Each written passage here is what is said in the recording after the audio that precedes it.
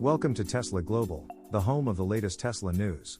Today we take a look at Tesla cancels Model E performance deliveries in Germany over defects, Tesla's self-inscription atop Gigafactory Texas with solar panels continues, and classic car rally to allow EVs to participate for the first time.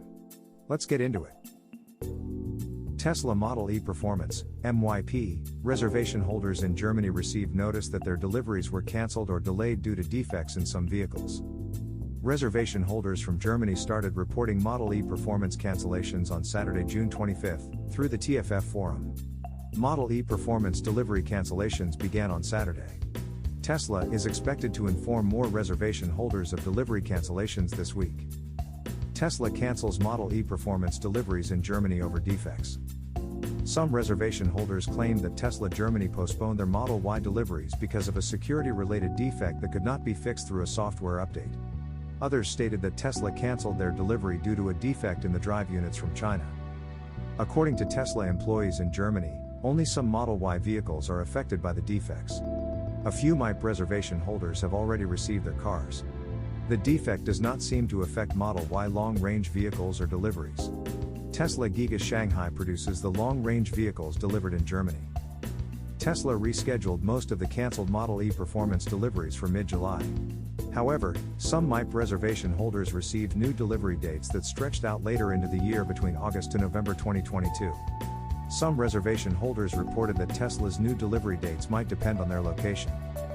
Tesla Giga Berlin started producing 1,000 vehicles per week this month. The facility only manufactures Model Y vehicles at the moment.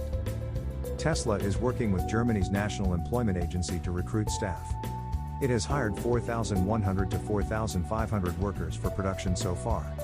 Tesla started offering new hires more pay recently after Germany's largest union claimed that Giga Berlin was facing hiring challenges because of its wages.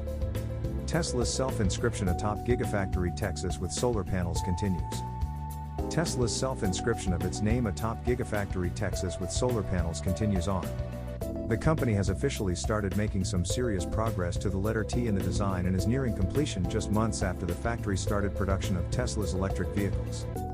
On Thursday, Gigafactory Texas drone operator Jeff Roberts captured images of the solar array on top of Tesla's newest manufacturing facility, giving the best look of the progress that has occurred so far at the factory. It will likely be one of the largest advertising mediums in the world, giving everyone who flies above Giga Texas on their way in or out of Austin International Airport an instant indication of what the building was used for if it was not already known. The project is an extension of the solar panel installation plan Tesla outlined in its 2020 impact report. When Tesla outlined its intentions to continue installing solar panels atop Gigafactory Nevada, it also stated it would be placing arrays on its other gigafactories and facilities, such as our Fremont factory, Lathrop factory, and Gigafactory New York, it said. While only a few select factories were expected to utilize solar panels in the 2020 report, Tesla stated later that it would be covering roof space at all of its new factories with solar panels. By the end of last year, Tesla had installed solar panels with a capacity of 21,405 kilowatts, and will continue to do so as long as the project is economically feasible. Gigafactory Nevada continues to be outfitted with solar panels and is expected to be covered by the end of the year, Tesla predicts. Meanwhile, Gigafactory Texas's solar project continues on. The factory began production of the Model Y earlier this year and deliveries were launched in April at the Cyber Rodeo event Tesla held at the factory. The factory produced the first US-made Model Ys with the 4680 battery.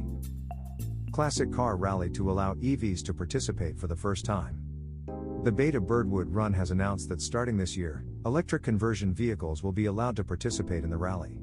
In an interview with the Australian Broadcast Centre, ABC, event organizer Michael Neal stated that he wanted the first post-pandemic rally to be the biggest one yet. Specifically, Neal wants to attract over 1,500 classic cars, and hopes to attract 120,000 people to the city of Adelaide to come to the event. To do this, Neal stated that EVs would be a crucial contingent as they are actually saving some vehicles that would have been lost to us. ABC interviewed participants driving electric conversions in the upcoming rally, and many of them see it as a critical change to the event, as well as a necessary change to keep their vehicles on the road for as long as possible. Many who are interested in electric vehicles are familiar with conversions. However, over the past 10 years they have really gained traction as more and more conversion shops have opened, mostly offering premium conversions. Some of the first players in the conversion space includes Electric Motors and EV4U Custom Conversions. Both started in the 2000s and offer conversion services for a variety of vehicles.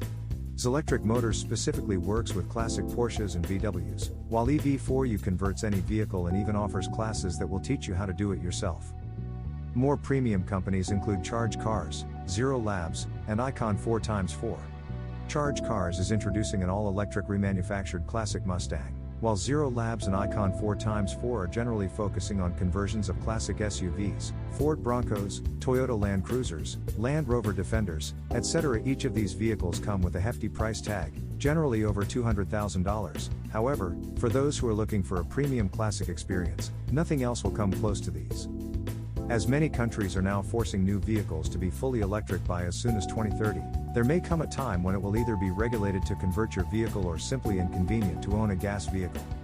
These conversion shops and the acceptance of classic car events show that this is not only possible but can be an exciting rejuvenation of these older cars, allowing more people in the future to enjoy them. Tesla's Elon Musk shares brutally honest take on Dems' revised EV proposal. Tesla CEO Elon Musk has shared a brutally honest take on the US Democrats' revised EV tax credit proposal, which happens to be heavily pro-union.